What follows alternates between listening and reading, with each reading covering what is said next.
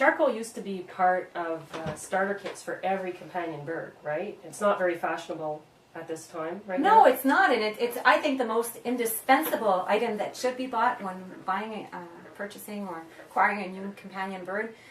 It's always recommended to have activated charcoal, ideally of a vegetable source, in your first aid kit in case your bird ever ingests a toxin.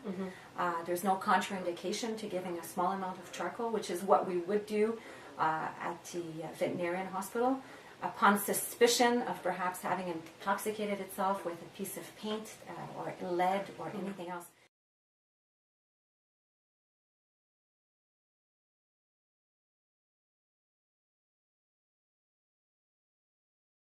Now, for sure, this is not something that the birds would eat on a regular basis. Charcoal was always proposed as being offered inside of the cage, small quantities, and birds that would never touch it, it wouldn't be an issue.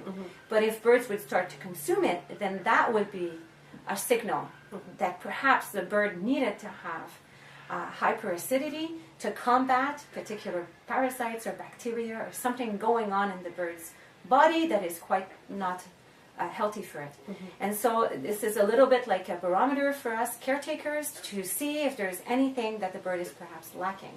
A little bit like the oyster shells also, which also used to be part of the bird starter kits.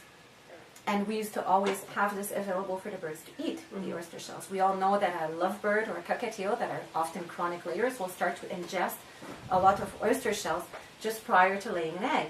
And this would again help us find out if a bird was about to get into ovarian production of eggs and therefore needed more calcium.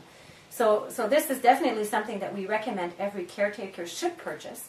Have a box of it, make it available to everyone in the household so that they know where it's being stored. So it would be kept separately in a first aid kit. It wouldn't be put. You can put it in a cage. You can put it in a cage, but you don't want to waste it. It's quite powdery, so you don't want to offer it in a large quantity.